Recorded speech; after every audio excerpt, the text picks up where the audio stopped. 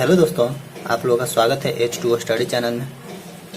हम लोग आज पढ़ेंगे फिजिक्स में। देखिए, इसके पहले पहले बता देते हैं कि इसके पहले हम लोग मैग्नेटिक फील्ड प्लस में मैग्नेटिक फोर्स का कॉन्सेप्ट और उसके साथ साथ इसका न्यूमेरिकल दोनों हम लोग इसके पहले कर चुके हैं।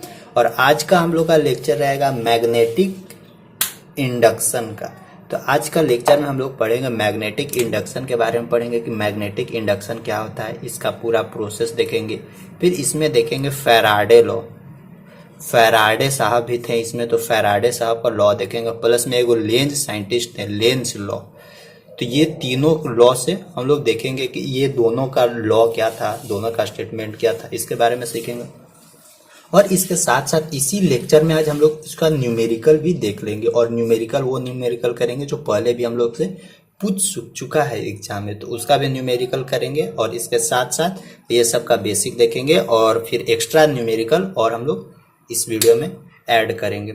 और इसके पहले आप लोगों को बता दें कि अगर फुल सिलेबस आप लोग पढ़ना चाहते हैं, पॉलिटेक्निक का फुल सिलेबस एकदम बेसिक से हाई लेवल तक अच्छे से, तो आप लोगों को क्या करना है कि प्ले लिस्ट में जाइए, यूट्यूब का प्ले लिस्ट में जाइए, वहाँ पे देखिए फिजिक्स, केमिस्ट्री और मैथ तीनों का अच्छे से लेक्चर डाला हुआ है। वहाँ से आराम से आपको फ्री में, कोई चार्जेज नहीं लगेगा, वहाँ से आप लोग आराम से इसको देख सकते हैं। और देखिए, आप लोगों का क्या कमी है ना कि आप लोग आधा लेक्चर देखते हैं और छोड़ देते हैं। ऐसे मत कीजिए, क्योंकि ना आप लोगों को हम देखते हैं, आप लोगों को वैसा क्वेश्चन भी हमसे बाद में पूछते हैं ना, जो क्वेश्चन हम वीडियोज में पढ़ाए हुए हैं। और इसका कमी क्या है कि आप लोग आधा लेक्चर देख के और भाग जाते हैं और लास्ट वाला लेक्चर देखते नहीं हैं। उससे क्या होता है ना कि जो लास्ट वाला क्वेश्चन है वो वाला आप लोग को समझ में नहीं आता और फिर मेरे पास मैसेज कीजिएगा कि सर ये वाला नहीं पढ़ाए हैं, फिर से पढ़ा दीजिए। तो फिर ऐसे मत कीजिए, जो भी लेक्चर रहता है उसको पूरा देखिए, अच्छे से समझ में आएगा, अच्छे से सब बताया हुआ है। तो चलिए स्टार्ट करते हैं। तो देखिए, इसमें मैग्नेटिक इंडक्शन है। मैग्नेटिक इंडक्शन क्या होता है, मैग्नेटिक इंडक्शन से पहले हम लोग पढ़ेंगे मैग्नेटिक फ्लक्स, कि मैग्नेटिक फ्लक्स क्या होता है, जिसको हिंदी में हम लोग बोलते हैं चुंबकीय फ्लक्स। क्या हम लोग बोलते हैं उसको? चुंबकीय फ्लक्स। उसके बाद फिर उधर आएंगे, फिर देखेंगे इंडक्शन क्या होता है। तो सबसे पहले हम लोगों का रहेगा मैग्नेटिक, ब्लैक से लिखते हैं, मैग्नेटिक फ्लक्स। देखिए, इसका इंग्लिश है मैग्नेटिक फ्लक्स, हिंदी में बोलेंगे चुंबकीय फ्लक्स। देखिए, मैग्नेटिक फ्लक्स आखिर है क्या? इससे पहले हम लोग मैग्नेटिक फील्ड के बारे में पढ़े थे, अच्छे तरह से मैग्नेटिक फील्ड के बारे में पढ़े थे। तो देखिए, इस मैग्नेटिक फ्लक्स में मान लेते हैं कि ये हम लोग का क्या है, ये हम लोग का एक सरफेस है, मतलब कि सरफेस है वो कोई भी सरफेस है, किसी भी टाइप का सरफेस। इस सरफेस से कितना मैग्नेटिक फील्ड फ्लो हो रहा है, कितना मैग्नेटिक फील्ड पास हो रहा है, और वो भी परपेंडिकुलर।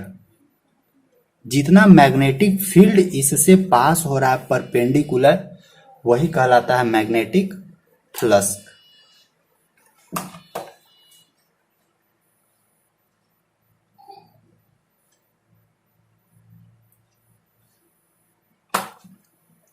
ठीक ना? तो देखिए, सबसे पहले हम क्या बताएं कि कितना इससे, यानी कितना इस एरिया से, देखिएगा ध्यान से, क्या क्या किसके बारे में हम लोग देख रहे हैं कि इस एरिया से कितना मैग्नेटिक फील्ड फ्लो हो रहा है, कितना मैग्नेटिक फील्ड पास कर रहा है, वही कहलाता है मैग्नेटिक फ्लक्स। जैसे देखिए, इसमें कितना है, 1 2 3 4, यानी मैग्नेटिक फ्लक्स, यानी फाइव बी, यानी मैग्नेटिक फ्लक्स लिख सकते हैं। 5b मतलब क्या बोल रहे थे, मैग्नेटिक फ्लक्स। मैग्नेटिक फ्लक्स को एक चीज और बता दें कि इसको फाई से डिनोट करते हैं। क्या से? फाई, ये होता है फाई, ठीक ना? और देखिए, मैग्नेटिक फ्लक्स हम बोल रहे हैं कि ये एरिया है, इस एरिया से कितना मैग्नेटिक फील्ड कितना पास हो रहा है, और पास हो रहा है कैसे? परपेंडिकुलर डायरेक्शन में। जितना मैग्नेटिक फील्ड पास होगा वही कहलाएगा क्या? Magnetic flux. तो इसको हम लोग 5b मतलब होता है कि मैग्नेटिक फील्ड है, ये मैग्नेटिक फील्ड है, और इसी के अंदर में हम लोग क्या रखे, एगो कोई कंडक्टर क्वाइल रखे। कंडक्टर क्वाइल का कुछ सरफेस था, एरिया था, तो इस एरिया से कितना पास हो रहा है मैग्नेटिक फील्ड, वही कहलाता है मैग्नेटिक फ्लक्स। यानी 5b, तो क्या को पास हो रहा है, 1 2 3 4, तो 5b बराबर क्या हो जाएगा, 4 हो जाएगा। 5b मतलब क्या, 4 मतलब कि 4 को इस एरिया से इस एरिया से पास हो रहा है, और वो भी कैसे, परपेंडिकुलर। जैसे हम लोग लेते हैं एक एग्जाम्पल तौर पे लेते हैं कि मान लेते हैं कि ये हम लोग का पास क्या है, ये एक हम लोग का सरफेस है, इस सरफेस को ऐसे रखते हैं और इधर से क्या कि मैग्नेटिक फील्ड दे रहे हैं, तो इस सरफेस से कितना मैग्नेटिक फील्ड अंदर पास हो रहा है, जितना पास हो रहा है वही कहलाता है मैग्नेटिक फ्लक्स। अब देखते हैं मैग्नेटिक फ्लक्स किस किस चीज, यहाँ तो मैग्नेटिक फ्लक्स के लिए क्या क्या चीज हम लोग लिए, एक लिए उसका मैग्नेटिक फील्ड लिए, और दूसरा क्या लिए हम लोग, सरफेस लिए। ये हम लोग का क्या लिए, मैग्नेटिक फील्ड लिए, और ये हम लोग का क्या था, और ये हम लोग का क्या था, एक सरफेस था। अब हम लोग एक और काम क्या करते हैं कि इस मैग्नेटिक फील्ड को क्या करते हैं, अब चेक करते हैं। यहाँ तो देख लिए कि मैग्नेटिक फील्ड और ये सरफेस दोनों मिल रहा है हम लोग को मैग्नेटिक फ्लक्स पे। अब देखते हैं, चेक करते हैं कि कैसे कैसे मैग्नेटिक फ्लक्स को इंक्रीज डिक्रीज करता है। मान लेते हैं कि ये जो मैग्नेटिक फ्लक्स है उसको नजदीक नजदीक कर देते हैं, तो मैग्नेटिक फ्लक्स, मैग्नेटिक वो वाला देखिए चुंबकीय क्षेत्र का जो मैग्नेट का प्रॉपर्टी होता है ना, उसके बारे में अगर मैग्नेटिक फील्ड को नजदीक नजदीक कर देंगे, देखिए मैग्नेटिक फील्ड को नजदीक नजदीक कर देंगे तो यहाँ मैग्नेट का स्ट्रेंथ क्या होता है, सबसे ज्यादा होता है। तो यही हम लोग फिर से इसमें क्या करते हैं, तो यही एक सरफेस था, इसी सरफेस को आगे हम लोग ऐसे प्रोजेक्ट करते हैं, इसी सरफेस को ऐसे हम लोग आगे प्रोजेक्ट करते हैं, इस तरह से है, इस तरह से, ठीक ना। यही देखिए सेम सरफेस, यही सरफेस है, और इसी को हम लोग क्या किए, अबरी मैग्नेटिक फील्ड को क्या किए, नजदीक नजदीक क्लोज कर दिए।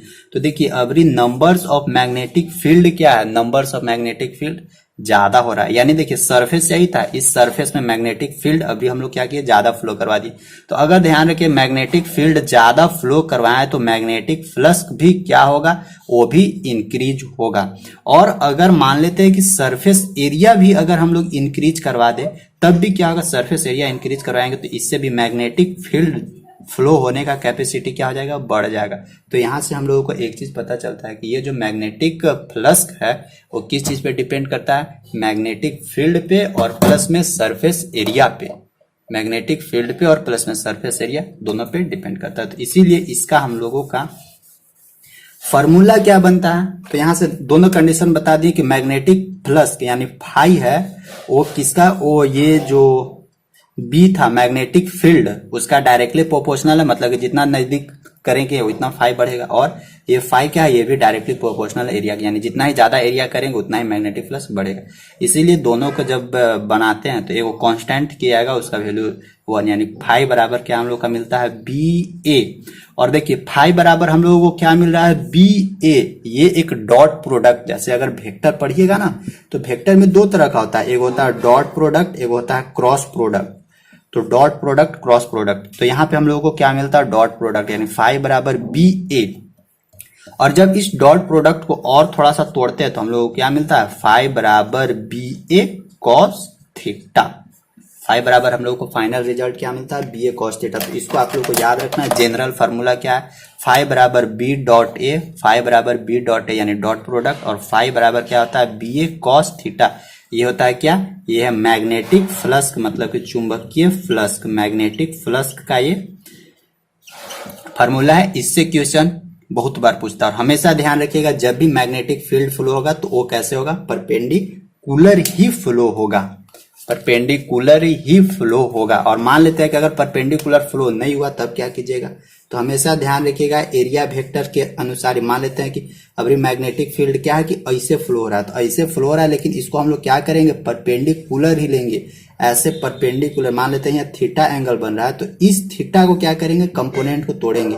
इधर मान लेते हैं थीटा 30 डिग्री बन रहा है, तो ई वाला लिखेंगे, क्या हो जाएगा, ये हम लोग का मिलेगा, मान लेते हैं ये बी मैग्नेटिक फोर्स था, तो हम लोग इसको लिखेंगे बी कॉस थीटा यानी कॉस 30 डिग्री, और बी साइन 30 डिग्री। ये नीचे वाला कभी भी नहीं लेंगे, जब भी लेंगे तो इसके लिए हम लोग सीधा वाला ही लेंगे, परपेंडिकुलर वाला ही लेंगे। तो इतना आप लोग को नहीं रहेगा, वहां उतना नहीं पूछेगा, बस इतना चीज ध्यान रखना है कि मैग्नेटिक फ्लक्स क्या होता है, कोई भी एक फिक्स एरिया दिया हुआ था, उस एरिया से कितना मैग्नेटिक फील्ड फ्लो हो रहा है वही कहलाता है मैग्नेटिक फ्लक्स। मैग्नेटिक फ्लक्स बराबर क्या होता है, फाई बराबर बी ए कॉस थीटा, ये एक डॉट प्रोडक्ट है। और हमेशा ध्यान रखिएगा ये फाई मैग्नेटिक फ्लक्स क्या है, एक स्केलर क्वांटिटी है, मतलब कि अदिश राशि है। कौन सा राशि है? अदिश राशि, मतलब कि स्केलर क्वांटिटी है। इसको भी आप लोग ध्यान रखिएगा। और ये जो फाई है मैग्नेटिक फ्लक्स है, इसका एसआई यूनिट भी होता है। तो इसका एसआई यूनिट होता है वेबर।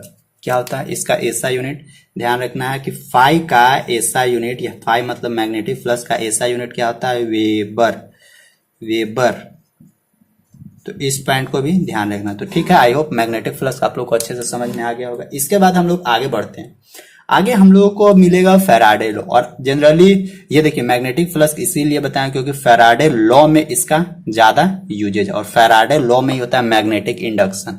मैग्नेटिक इंडक्शन भी आप लोग मैग्नेटिक इंडक्शन घर में जैसे देखते होंगे कि जनरेटर ये सब चलता है ना, तो जनरेटर ये सब से देखते होंगे कि इलेक्ट्रिक करंट बाहर निकलता है। तो वो सब कैसे निकलता है? वो सब यही मैग्नेटिक इंडक्शन के चलते ही बाहर निकलता है। तो उसमें भी फैराडे लॉ, इसमें भी मैग्नेटिक फ्लक्स होता है, वहां पे भी मैग्नेटिक फ्लक्स होता है, जिसके चलते इलेक्ट्रिक करंट बाहर निकलता है। और उतना थ्योरी नहीं, इसमें अभी हम लोग केवल और केवल जो इम्पोर्टेंट टॉपिक है उस पर ही बात करेंगे।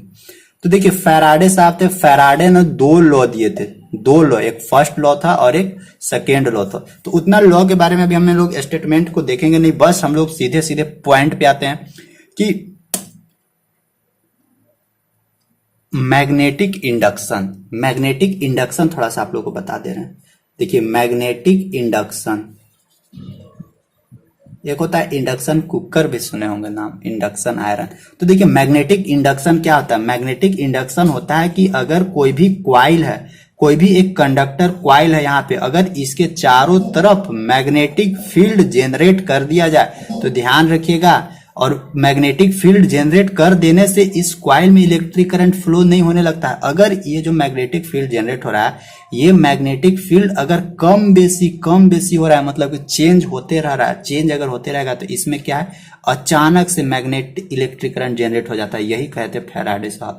फैराडे साहब क्या बोले थे कि अगर कोई एक मैग्नेटिक फील्ड है, इस मैग्नेटिक फील्ड में एगो छोटा सा अगर हम लोग ऐसे क्वाइल बांध दिया जाए और इस मैग्नेटिक फील्ड को आगे पीछे यानी कम बेसी करते रहे, तो इसके अंदर एक इलेक्ट्रिक करंट फ्लो होने लगेगा। और इलेक्ट्रिक करंट एक बार जहां फ्लो हो गया, फिर कंटिन्यूअसली कर देंगे। उसी तरह देखते होंगे कि जो जनरेटर होता है ना, जनरेटर का जो सामने वाला डायनेमो होता है, डायनेमो में देखिएगा उसके अंदर क्या होता है, सबसे पहले एक्सल रहेगा ऐसे, और उसका चारों तरफ क्या होता है, क्वाइल लपेटा हुआ रहता है। क्या? चारों तरफ क्वाइल लपेटा हुआ रहता है। और उसको ये जो एक्सल है, इस एक्सल को एने जो बड़का सा का चकवा रहता है ना, उससे जोड़ दिया जाता है, ताकि ये पूरा घूमे लगता है। ये पूरा घूमे लगेगा तो इसके चारों तरफ क्या था, क्वाइल था। और ये जब पूरा घूमे लगता है तो वहां पे मैग्नेटिक फील्ड जनरेट हो जाता है।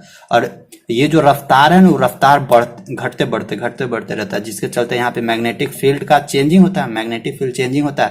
तो इसके साथ जो क्वाइल लगा हुआ रहता है, उस क्वाइल से क्या होता है, इलेक्ट्रिक करंट फ्लो होता है। और जैसे यहाँ पे क्वाइल में एक बार इलेक्ट्रिक करंट निकला, तो फिर एक बार तो बिजली बना ही देना है, फिर तो सब लोग ज्वाइंट करिए देंगे।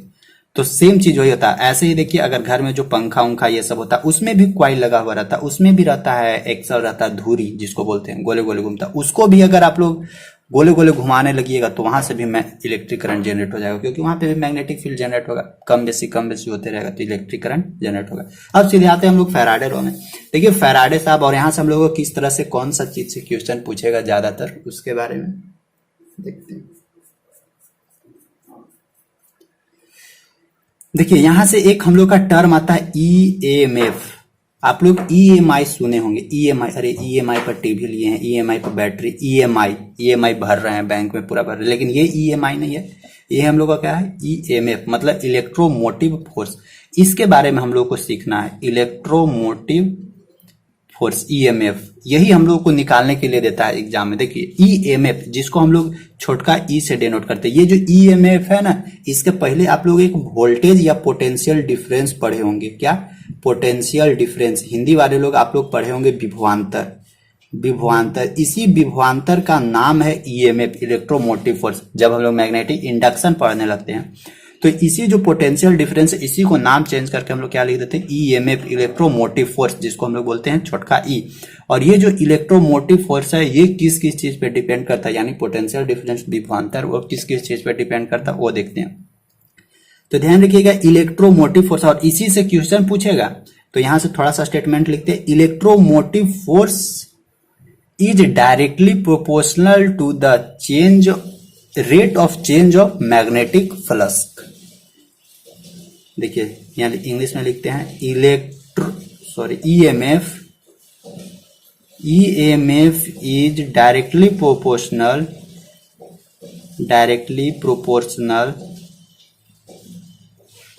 EMF is directly proportional to the rate of change of magnetic flux। मतलब कि मैग्नेटिक फ्लक्स के परिवर्तन की दर को हम लोग क्या बोलते हैं, इलेक्ट्रोमोटिव फोर्स, मतलब विद्युत वाहक बल। और यहां से देखिए क्या क्या हम लोग को बोल रहा है, E is directly proportional to change of magnetic flux. Change of magnetic flux का मतलब क्या होता है, φ2 माइनस φ1।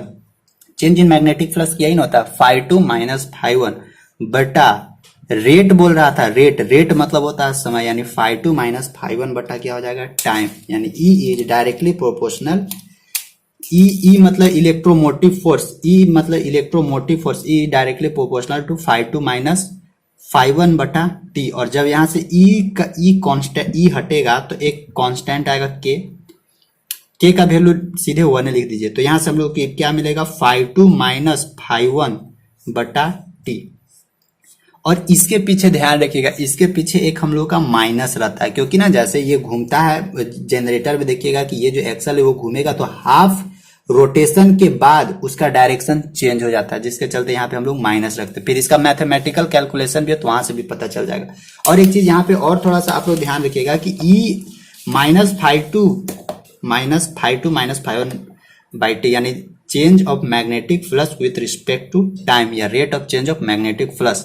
और एक चीज और आप लोग को यहाँ एक चीज और बता दे कि ये जो ईएमएफ है, मतलब कि इलेक्ट्रोमोटिव फोर्स है, ये एक चीज पे और डिपेंड करता है। वो किस चीज पे डिपेंड करता है, E is directly proportional to ये जो बड़का एन है ना, इस पे। बड़का एन मतलब क्या कि अगर नंबर्स ऑफ क्वाइल इस मोटर में, नंबर्स ऑफ क्वाइल, देखिए मैग्नेटिक फील्ड नहीं, नंबर्स ऑफ क्वाइल, जो क्वाइल इसमें लगाए उसमें नंबर्स ऑफ क्वाइलों की संख्या आप जितना ही ज्यादा बढ़ाएंगे ना, उतना ही ज्यादा उससे इलेक्ट्रोमोटिव फोर्स यानी उससे ज्यादा वोल्टेज निकलेगा। तो इसीलिए इसमें थोड़ा सा और हम इंक्रीज कर दे रहे हैं, यहाँ से इसको ना एक स्टेप और बढ़ा देते हैं। तो ई डायरेक्टली प्रोपोर्शनल टू बड़का एन मतलब नंबर्स ऑफ क्वाइल होता है ना। तो यहाँ से एक हम लोग का जनरल फार्मूला मिलेगा, उसको लिखते हैं।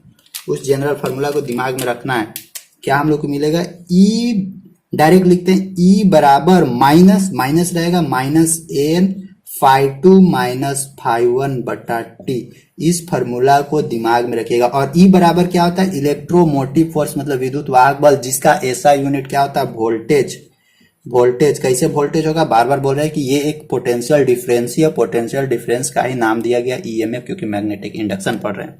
तो यहाँ पे ध्यान रखना है, ईएमएफ निकालने का एक सिंपल और साधारण फार्मूला है, ई बराबर माइनस एन φ2 माइनस φ1 बटा टी। ये कौन दिए थे लो, फैराडे साहब का लॉ है। यानी φ2 φ1 क्या है, change in magnetic flux. Question में डायरेक्ट दिया हुआ रहता है कि मैग्नेटिक फ्लक्स इतना था और इतना सेकेंड में इतना हो गया, तो और बोलेगा कि नंबर्स ऑफ क्वाइल, यानी वो जो क्वाइल है क्वाइलों की संख्या दिया हुआ है, तो ईएमएफ इलेक्ट्रोमोटिव फोर्स निकाल कर बताइए। तो इस फार्मूला को ध्यान रखना, इसी फार्मूला से क्वेश्चन पूछा हुआ था। तो आई होप ईएमएफ आप लोग समझ में आ गया होगा। और ये फैराडे लॉ था। इसके बाद एक और साइंटिस्ट थे जिनका नाम था लॉरेंज, उन्होंने भी ईएमएफ निकालने का एक फार्मूला बताया कि ये तो हम लोग का फैराडे साहब के थ्रू था।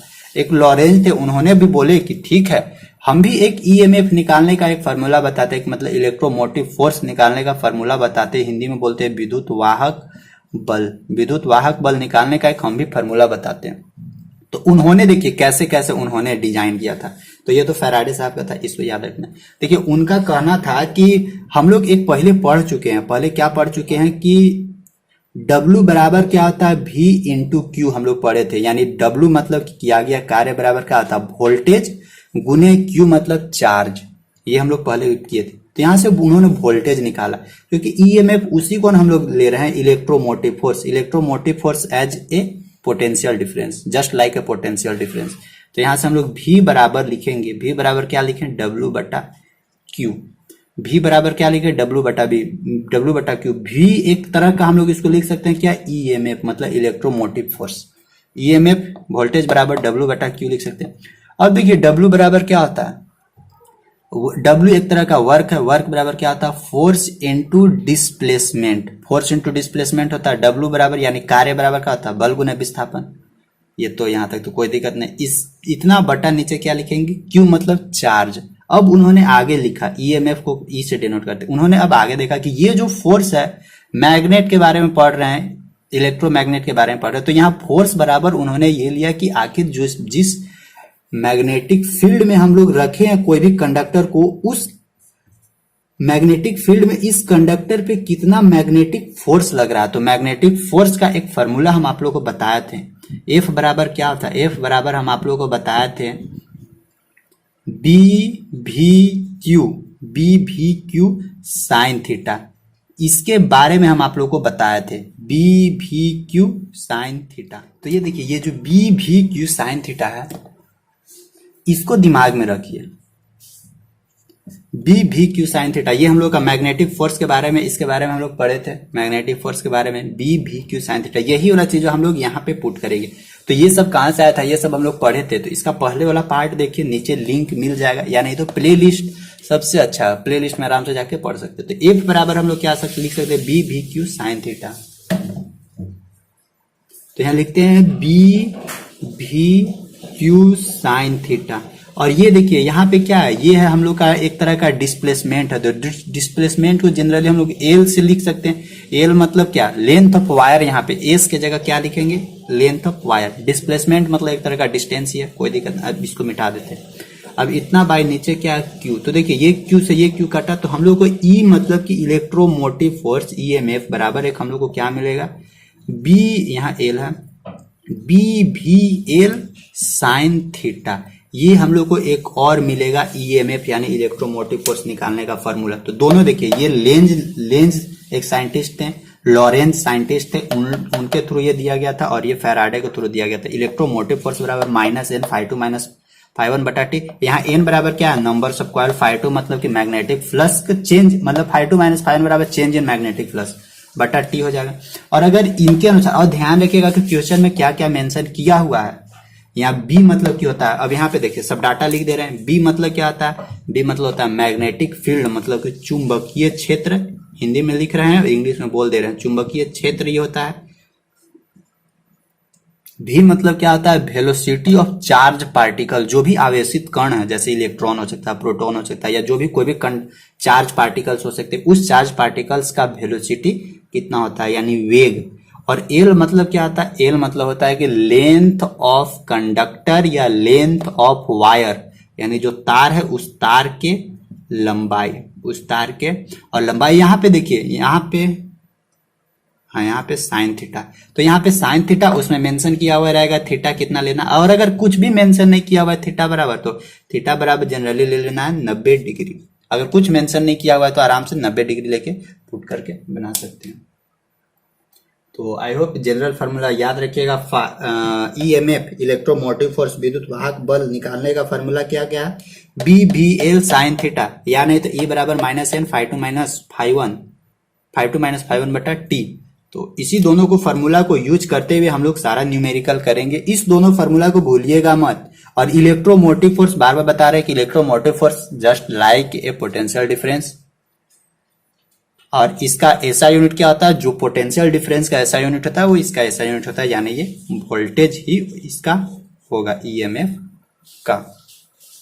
तो अब आते हैं न्यूमेरिकल पे, देखते हैं कि इससे किस किस टाइप का न्यूमेरिकल हम लोग से पूछ सकता है, और पहले किस किस टाइप का न्यूमेरिकल पूछा हुआ। और इसमें हम बार बार आप लोग को बताते हैं कि जो भी ऐसा यूनिट होता है फिजिक्स में, जो भी न्यूमेरिकल सॉल्यूशन करना है, उसका ऐसा यूनिट देखना है कि वो अपना ऐसा यूनिट में है या नहीं है। अगर ऐसा यूनिट में नहीं रहता है तो उसको हमेशा ऐसा यूनिट में कन्वर्ट करके न्यूमेरिकल को सोल्व कीजिए। और इसमें जनरली ये जो फिजिक्स है ना, फिजिक्स में 10 के पावर -5, 10 के पावर -6, 10 के पावर -7, 10 के पावर -9, इसमें ना बहुत लोगों को कंफ्यूजन होता है। तो ये सब कंफ्यूजन कैसे दूर होगा, प्रैक्टिस से। तो जितना ही ज्यादा से ज्यादा हो सकता है उसको प्रैक्टिस कीजिए, बेटर रहेगा। तभी ये सब सुधरेगा, नहीं तो नहीं सुधर पाएगा। तो फिर हम लोग देखते हैं ईएमएफ इलेक्ट्रोमोटिव फोर्स से किस किस तरह का क्वेश्चन हम लोग को बनेगा, उस क्वेश्चन को अच्छे से सोल्व करते हैं। तो देखिए फर्स्ट क्वेश्चन क्या बोलता है, फर्स्ट क्वेश्चन स्टार्ट करते हैं हम लोग प्रीवियस ईयर्स के क्वेश्चन से। क्वेश्चन बोलता है क्या कि किसी क्षण एक कुंडली, देखिए नंबर सब क्वाइल दिया हुआ स्टार्टिंग में ही, क्वेश्चन को फर्स्ट टाइम दे दिया कि किसी क्षण मतलब कोई भी एक ऐसा मोमेंट हुआ होगा जिसमें एगो कोई कुंडली है, एगो क्वाइल है, यानी numbers of coil, number of coil, numbers of coils, coil लिखते एक एक होना है, एन बराबर हम लोग को दिया हुआ है 1। तो जो जो डाटा दिया हुआ है उसको हम लिख लेते हैं आराम से एकदम।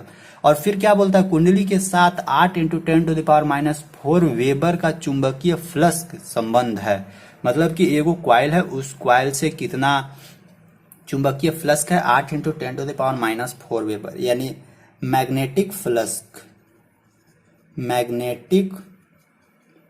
मैग्नेटिक फ्लक्स φ1 हम लोगों को दिया हुआ है क्या, 8 × 10⁻⁴ वेबर। और ध्यान रखिएगा ये पूछा हुआ क्वेश्चन है। फिर बोलता है क्या है कि चुंबक, और फिर बोलता है इतना का चुंबकीय, और फिर बोलता है 0.2 सेकेंड, 0.2 सेकेंड के बाद, तो समय दिया हुआ है, यानी टाइम मेंशन किया हुआ है, टाइम टी बराबर क्या है 0.2 सेकेंड।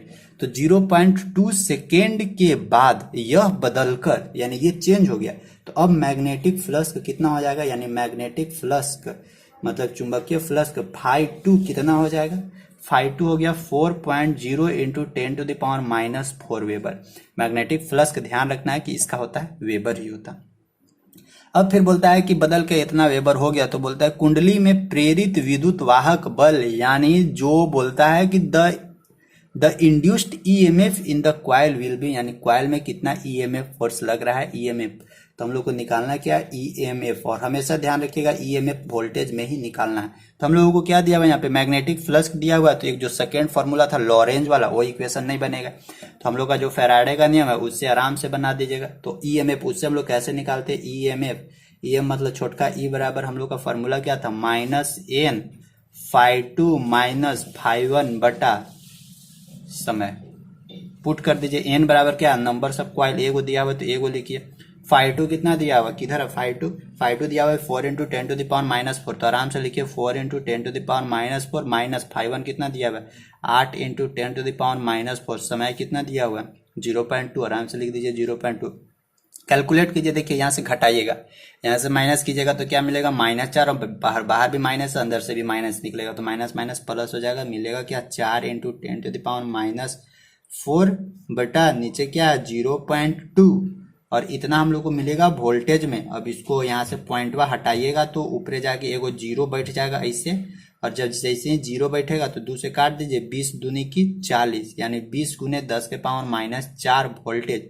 तो ई बराबर हम लोग को क्या मिलेगा, 20 × 10⁻⁻4 वोल्टेज। अब देखिए यहाँ पे -4 के टर्म है, तो इसको ना और छोटा कीजिए, तो और छोटा हम लोग कैसे कर सकते हैं, तो इस 10 को ना यहाँ से, सॉरी इस 20 को ना यहाँ से एगो जीरो हटा के इसके साथ तो ऐड हो जाएगा, तो मिल जाएगा हम लोग का क्या 2 × 10⁻³ वोल्टेज। और इसको ना अब चेंज कर दीजिए मिली वोल्टेज के टर्म में, तो देखिए 1 मिली वोल्टेज, सॉरी 1 वोल्ट, ऐसे लिखते हैं 1 वोल्टेज बराबर कितना होता है 10⁻³ मिली वोल्टेज, ऐसे लिख देंगे ना तो ठीक रहेगा। 1 वोल्टेज बराबर 10⁻³ मिली वोल्टेज, और यहाँ क्या है 2 × 10⁻³ वोल्टेज है, तो इसको मिली वोल्टेज में चेंज करने के लिए क्या करेंगे 10⁻³ से मल्टीप्लाई कर देंगे, यानी 2 × 10⁻³ × 10⁻+3। अब ये किस चीज में चेंज हो जाएगा, मिली वोल्टेज में, तो ये से ये खत्म, प्लस माइनस इसको नीचे लिखेंगे तो हम लोग को मिलेगा क्या 2 मिली वोल्टेज, यानी ई बराबर हम लोग को मिलेगा इलेक्ट्रोमोटिव फोर्स बराबर 2 मिली वोल्टेज। तो आप लोग का ऑप्शन में होगा 2 मिली वोल्टेज, जो भी ऑप्शन में होगा वो फाइनल आंसर हो जाएगा। तो इस तरह का क्वेश्चन आप लोगों को क्या करना है, तो देखिए न्यूमेरिकल सॉल्यूशन करते समय हम बार बार आप लोगों को जिक्र करते हैं कि सबसे पहले यूनिट देखा कीजिए कि यूनिट सब अपना यूनिट में है या नहीं है, और इसके बाद जो भी स्टेटमेंट दिया हुआ है क्वेश्चन में स्टेटमेंट, उस क्वेश्चन से डाटा निकाल के देखिए, उस क्वेश्चन से डाटा निकाल दे। जैसे हम लोग निकाल लिए n बराबर 5, n बराबर 1, 1 मतलब कि मैग्नेटिक फ्लक्स दिया हुआ है 8 × 10⁻⁴ वेबर, समय दिया हुआ था ये, फिर फाइनल मैग्नेटिक फ्लक्स ये दिया हुआ था। तो हम लोगों को पता चल गया कि अब हम लोग को क्या चीज यूज करना है इसमें, तो सब चीज पता चल गया, ∅1 ∅2 पता चल गया, तो आराम से हम लोग लिख देंगे EMF बराबर क्या, -n ∅2 - ∅1/t, ये अकॉर्डिंग टू फैराडे लॉ। और फिर जैसे ये वाला हम लोग फॉर्मूला लगाए, बस केवल और केवल कैलकुलेशन था, कैलकुलेशन पुट कीजिए, कैलकुलेशन तो करना होगा। अब सोचिएगा कि इसका कोई अरे तो फिजिक्स में ट्रिक नहीं होता है, थ्योरी नहीं है कि ट्रिक से बैठा के कुछ ना कुछ बैठा के याद करनी है, तो इतना तो कैलकुलेशन करना होगा। तो इस तरह का क्वेश्चन आप लोग को मिलेगा। अब आते हैं सेकेंड क्वेश्चन में। सेकेंड क्वेश्चन देखते हैं कि किस तरह से हम लोग को EMF से क्वेश्चन बना सकता है, इलेक्ट्रोमोटिव फोर्स से।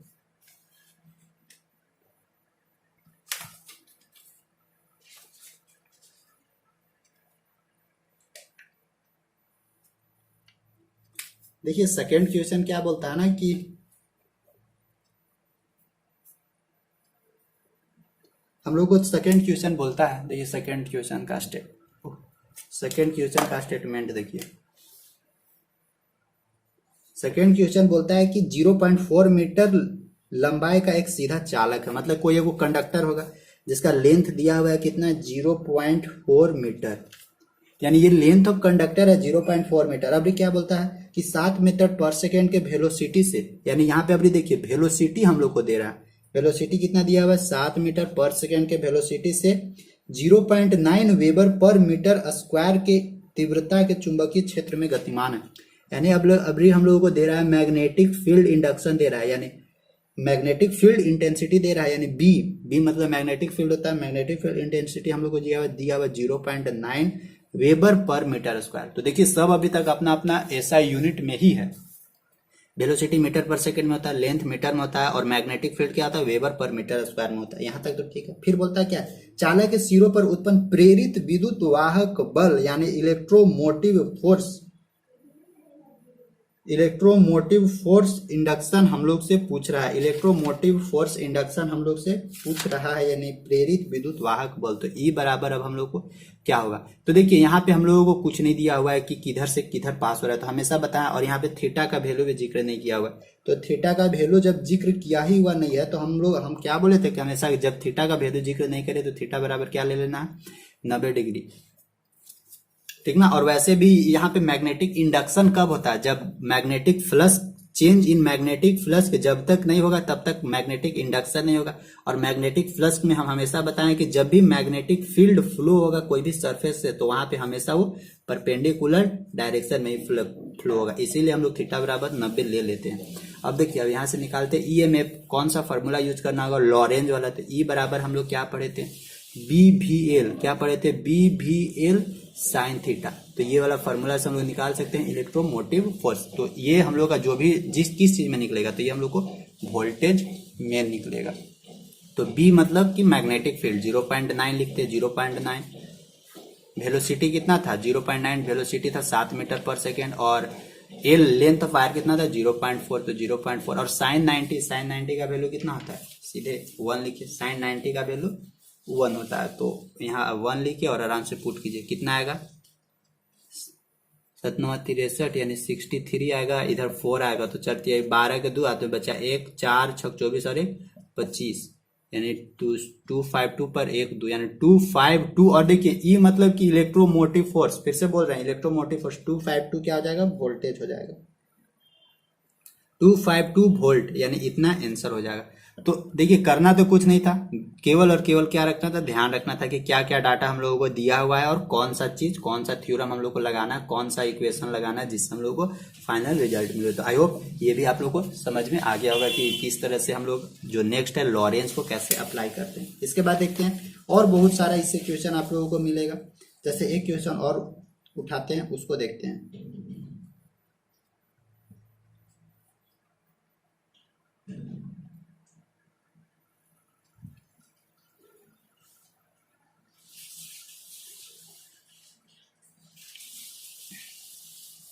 देखिए अगला बोलता है हम लोग को, एगो जेट विमान है, एगो जेट कोई वायुयान है जिसके पंखे के सिरों के बीच की डिस्टेंस, जिसके पंखों के सिरों के बीच के डिस्टेंस 60 मीटर दिया हुआ है। तो देखिए पंखा यानी वायुयान, जेट वायुयान में भी वहां पे भी देखिएगा, वहां पे भी जब फ्लो करता है आगे बढ़ेगा तो यहाँ पे एयर होता है, एयर के साथ फिर फ्रिक्शन रिएक्शन करता है तो वहां पे भी इलेक्ट्रिक जनरेट होने का चांसेस रहता है।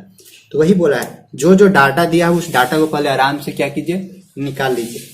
हम लोगों को दिया हुआ है 60 मीटर का लंबाई है, यानी एल बराबर दिया हुआ है कितना, 60 मीटर दिया हुआ है। फिर बोलता है 400 मीटर पर सेकेंड का वेलोसिटी से, वेलोसिटी दिया हुआ है कितना, 400 मीटर पर सेकेंड का वेलोसिटी दिया हुआ है।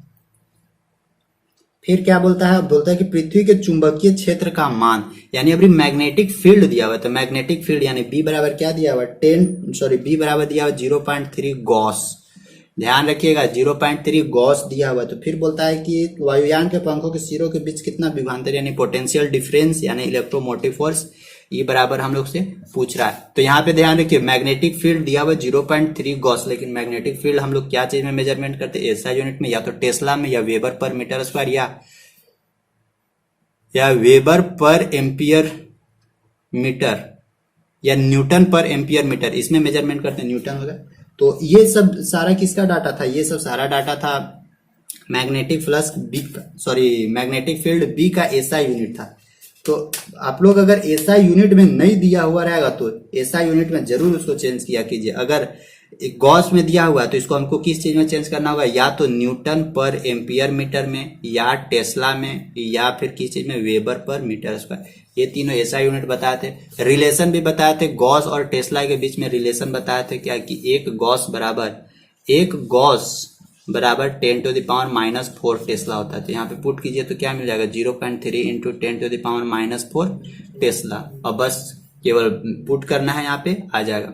तो ईएमएफ निकालना है, ई बराबर क्या होगा, ई बराबर हम लोगों को मिलेगा बी साइन थीटा, हम लोगों को मिलेगा। तो अब यहाँ से देखिए सब जो डाटा पुट कर दीजिए, तो 0.3 गुने 10⁻⁻4, भी मतलब कि वेलोसिटी कितना था 400 मीटर पर सेकेंड, एल मतलब लेंथ ऑफ वायर कितना था 60 मीटर, और साइन थीटा का वैल्यू फिर से यहाँ 90 डिग्री लेंगे तो 1 हो जाएगा। अब इसको देखिए तो कितना मिलता है, 4×3 12 और बर 6 72, यानी 72 पर क्या को जीरो होगा, 1 2 3 गुने 10⁻⁻4। यहाँ पे देखिए तो पॉइंट, एक पॉइंट अगर यहाँ घसकाएंगे यहाँ पॉइंट आएगा। तो यहाँ पे देखिए 10⁻4 है, -4 है। इसको चेंज कीजिए आराम से, इसको नीचे ले जाइए तो 72 पर 2 0 बटा 10 के पावर 4, यानी 1 2 3 4, 4 को जीरो होगा, ई 2 से ई 2 खत्म, मतलब 0.72 क्या होगा, ई बराबर इतना वोल्टेज। फाइनल आंसर हम लोग को यही मिलेगा, यानी इलेक्ट्रोमोटिव फोर्स क्या आ जाएगा 0.72 वोल्टेज। एक दो क्वेश्चन हम आप लोगों को देते हैं, उसको क्या करना है, आप लोगों को सोल्यूशन करना है।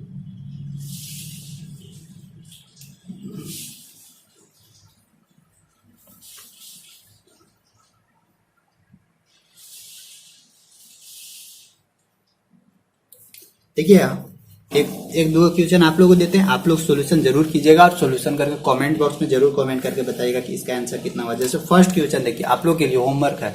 ये फर्स्ट क्वेश्चन क्या बोलता है ना, कि फर्स्ट क्वेश्चन बोलता है कि 100 फेरो वाले कुंडली में से गुजरने वाला फ्लक्स 0.1 सेकेंड में 0.1 वेबर हो जाता है, तो प्रेरित विद्युत वाहक बल का मान, यानी देखिए फेरो की संख्या n बराबर दिया और डाटा हम लिख दे रहे हैं, n बराबर 100 दिया हुआ है, और बोलता है कि स्टार्टिंग में कितना था, मैग्नेटिक फ्लक्स φ1 बराबर था 0, और बोलता है कि क्या सेकेंड में 0.1 सेकेंड के बाद, 0.1 सेकेंड के बाद ये φ2 यानी मैग्नेटिक फ्लक्स हम लोग को हो जाता है 0.1 वेबर। तो हम लोग से पूछ रहा है कि ईएमएफ निकाल के बताइए तो इसका इलेक्ट्रोमोटिव फोर्स क्या होगा, फर्स्ट क्वेश्चन।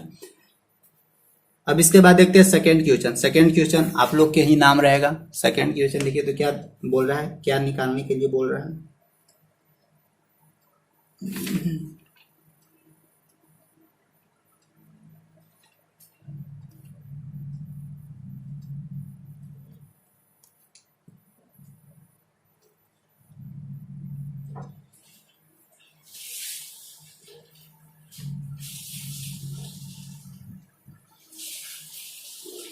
अगला देखिए, अगला हम लोगों को बोलता है कि यदि 10 फेरों वाला एक तार की कुंडली से गुजरने वाले चुंबकीय फ्लक्स में 2 सेकेंड में 15 वेबर की वृद्धि होती है, तो कुंडली में उत्पन्न विद्युत वाहक बल क्या होगा। तो देखिए अभी दिया हुआ एन यानी नंबर्स ऑफ क्वाइल दिया हुआ n बराबर 10 दिया हुआ है और बोलता है कुंडली से गुजरने वाले चुंबकीय फ्लक्स में 2 सेकेंड में, यानी t बराबर कितना दिया हुआ 2 सेकेंड में 15 वेबर की वृद्धि होती है। यानी स्टार्टिंग में कितना हुआ होगा, स्टार्टिंग में φ1 स्टार्टिंग में 0 होगा और 2 सेकेंड में कितना का वृद्धि हो गया, 2 सेकेंड में हो गया φ2 मतलब 15 वेबर की वृद्धि होती है। तो कुंडली में उत्पन्न विद्युत वाहक का बल, तो यहाँ पे भी पूछ रहा है कि ईएमएफ का वैल्यू क्या होगा।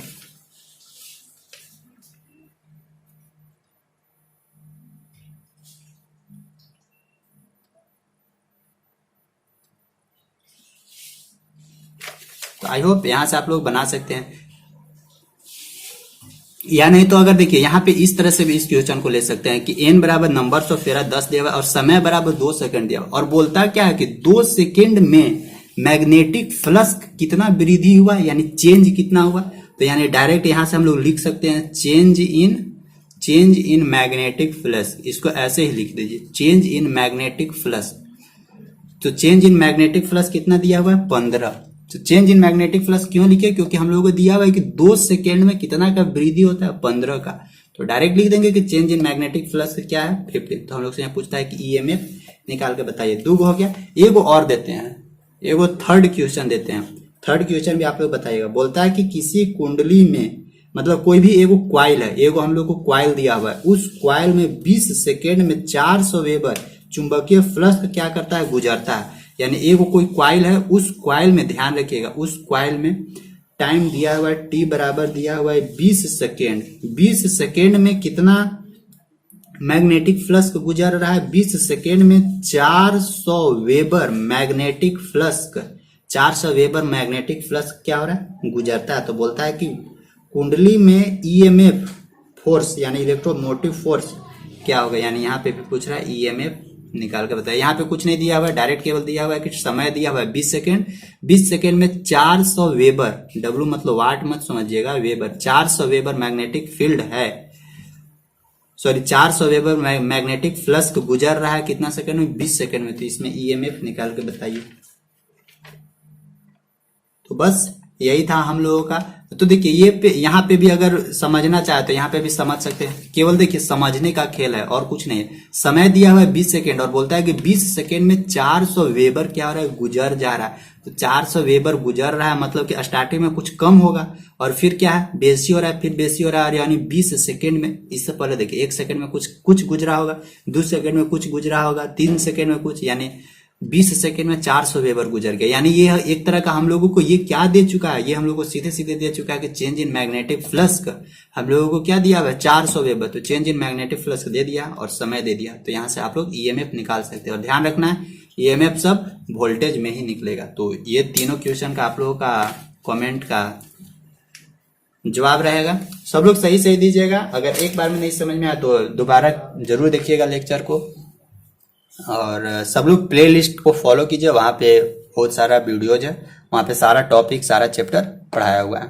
तो ठीक है, बस आज के क्लास को यहीं तक खत्म करते हैं और ये टॉपिक हम लोगों को यहीं पे खत्म हो गया। अब इससे जिस टाइप का क्वेश्चन आप लोग से पूछ सकता था वो बता दिए हैं। क्वेश्चन प्रैक्टिस कीजिए और अगर नई क्वेश्चन बने तो आप लोग जरूर भेजिए, या तो टेलीग्राम में भेजिए या व्हाट्सएप पे भेजिए, तो कहीं से भी भेज के और आप लोग अपना सॉल्यूशन ले सकते हैं। और ध्यान रखिए कि टेलीग्राम में सब लोग ज्वाइन हो जाइए। टेलीग्राम में ज्वाइन नहीं हो पा रहे हैं आप लोग, टेलीग्राम का नाम है H2O स्टडी ऑफिशियल। यहाँ पे ना आप लोग को हमेशा कुछ ना कुछ नोटिस या हमेशा कुछ ना कुछ अच्छा चीज का लिंक मिलते रहेगा। तो यहाँ से भी आप लोगों को बहुत चीज सीखने को मिलेगा, तो सीखते रहिए बस।